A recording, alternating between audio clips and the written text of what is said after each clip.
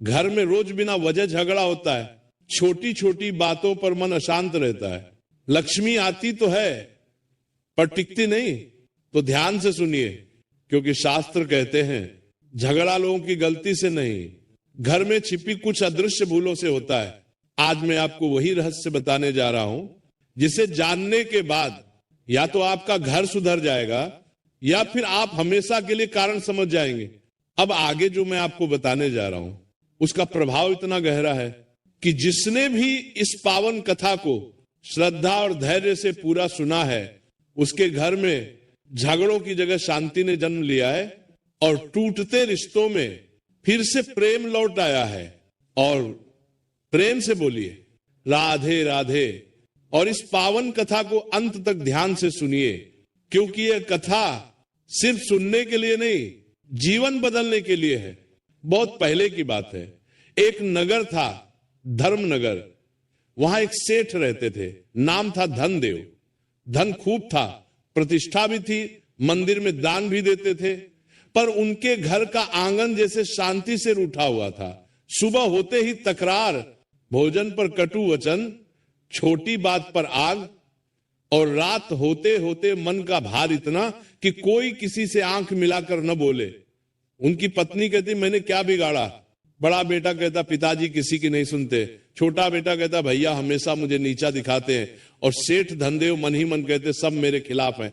एक दिन नगर में एक वृद्ध ब्राह्मण पधारे। देह पर धूल लगी थी, चेहरे पर तेज था और वाणी ऐसी की जैसे भीतर के बंधन खोल दे। लोग उन्हें शांतिदास कहते थे। सेठ धनदेव ने सुना कि ये शास्त्रों के ज्ञाता हैं, घर गृहस्थी के दोष भी समझते हैं। सेठ ने उन्हें आदर से बुलाया, पांव धोए, आसन दिया, फल पानी रखा और फिर एक सांस में कह दिया महाराज मेरे घर में सुख नहीं टिकता, झगड़ा रोज होता है। कारण बताइए, उपाय बताइए। मैं दान करता हूं, पूजा करता हूं, फिर भी घर में आग क्यों? शांतिदास ने सेठ को देखा और बोले सेठ जी, शास्त्रों में एक बात आती है, जहां वाणी तप्त हो जाए वहां अग्नि पहले जीभ पर लगती है फिर घर पर झगड़े का कारण केवल वाणी नहीं। बताइए क्या आपके घर में सब मिलकर भोजन करते हैं? सेठ ने कहा कभी कभी, अब सब अपने अपने समय से खाते हैं। शांतिदास बोले और घर का द्वार, क्या सूरज ढले भी खुला रहता है, भीतर बाहर का आना जाना?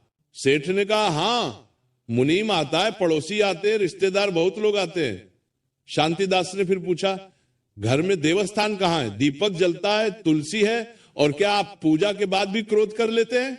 सेठ कुछ झेंपे, महाराज क्रोध तो हो जाता है। तभी भीतर से सेठानी की आवाज आई, इनसे पूछिए, ये हर बात में ताना देते हैं, बच्चों के सामने मेरा अपमान करते हैं। बड़े बेटे ने कहा और मां भी कम नहीं, हर समय तुलना करती है। छोटा बेटा बोला मेरी बात कोई सुनता ही नहीं।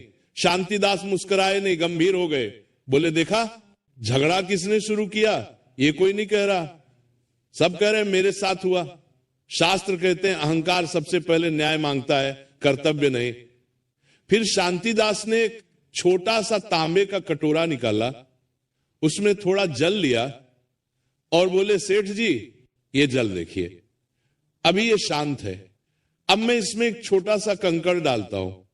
उन्होंने कंकड़ डाला, जल में तरंगे उठी।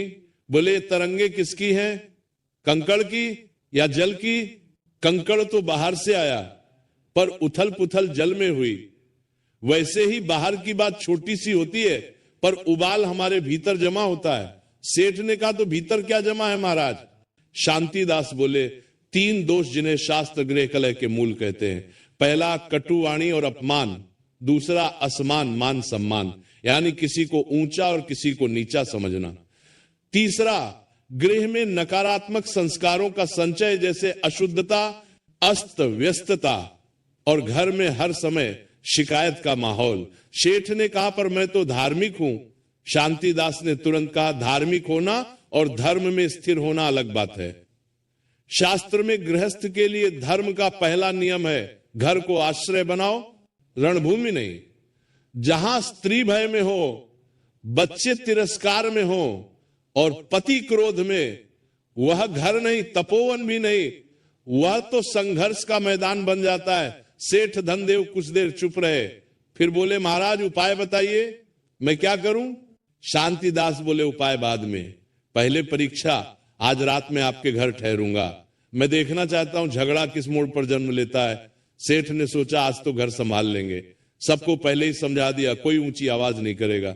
महाराज ठहरे हैं, रात हुई, घर ने समझाता नहीं हमले। शांतिदास बोले देखा मैं भोजन बना, पर जैसे ही परोसने की बात आई, बड़ा बेटा बोला मेरे हिस्से में हमेशा कम क्यों?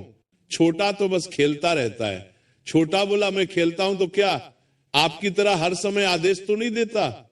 मां ने कहा बड़ा बेटा ही घर संभालता है। छोटा तिल मिला गया।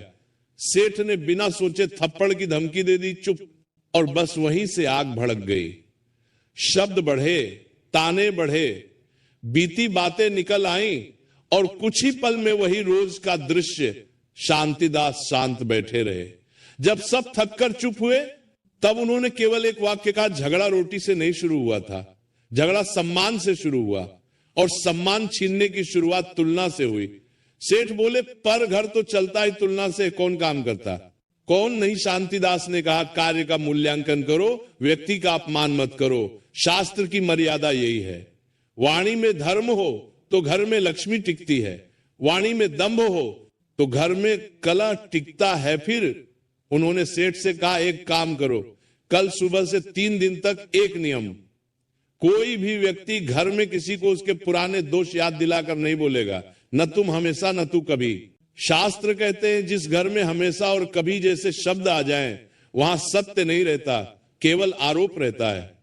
सेठ ने कहा और अगर कोई नियम तोड़े, शांतिदास बोले तो दंड होगा उस दिन। वो व्यक्ति देवस्थान में दीपक जलाकर मौन रखकर घर के सबसे छोटे सदस्य से क्षमा मांगेगा, क्योंकि अहंकार को तोड़ने का सबसे सरल उपाय है झुकना सीखना। इतना सुनते ही बड़ा बेटा मन में जल गया, मैं क्यों झुकूं? छोटा भी सोचने लगा मुझसे क्षमा मांगेंगे तो अच्छा लगेगा। सेठानी के भीतर भी विचार आया अगर ये सच में झुके तो घर बदल सकता है। लेकिन सेठ धनदेव के भीतर सबसे बड़ा युद्ध चल रहा था, मैं घर का मुखिया हूं, मैं क्षमा मांगू। शांतिदास ने जैसे उसका मन पढ़ लिया, बोले सेठ जी मुखिया वही है जो आग देखकर पानी बने, जो आग में घी डाले, वो केवल मालिक है, मार्गदर्शक नहीं। और फिर शांतिदास उठे, देवस्थान के पास गए। उन्होंने देखा देव की मूर्ति तो थी पर धूल जमी थी, दीपक बुझा पड़ा था, तुलसी सूखी थी। उन्होंने धीरे से कहा जहां ईश्वर की स्मृति केवल दीवार पर रहे और हृदय में न उतरे, वहां वाणी का नियंत्रण टूटता है, और जब वाणी टूटती है तब संबंध टूटते हैं। सेठ ने कांपती आवाज में पूछा महाराज क्या हमारे घर में कोई दोष है, कोई वास्तु, कोई दुष्ट छाया? शांतिदास बोले दोष है, पर पहले मन का दोष, फिर घर का, और फिर संगति का। शास्त्र कहते हैं जिस घर में दिन भर परनिंदा, कटाक्ष, अपमान और क्रोध का धुआं उठे, वहां नकारात्मकता जमती है। उसे लोग छाया कहते हैं, पर छाया बाहर से नहीं आती, हम ही बनाते हैं। सेठ धनदेव की आंखें नम हो गई। बोले तो शुरुआत कहां से करूं? शांतिदास ने कहा शुरुआत आज से एक वाक्य से। अभी इसी क्षण अपने परिवार के सामने कहो मेरी वाणी से यदि तुम्हें चोट लगी हो तो मैं क्षमा चाहता हूं। यह वाक्य आपके घर के लिए पहला दीपक होगा। कमरे में सन्नाटा छा गया। बड़ा बेटा और छोटा बेटा भी स्तब्ध। सेठानी की आंखें भर आईं। सेठ धनदेव के होंठ कांपे, पर अहंकार बीच में दीवार बनकर खड़ा था। बाहर से लगता था यह बस एक वाक्य है, पर भीतर से यह पूरा जीवन बदलने का द्वार था। सेठ ने गहरी सांस ली, और जैसे ही वो बोलने ही वाले थे, उसी समय बाहर आंगन में किसी ने जोर से द्वार खटखटाया। सेठ चौंक गए।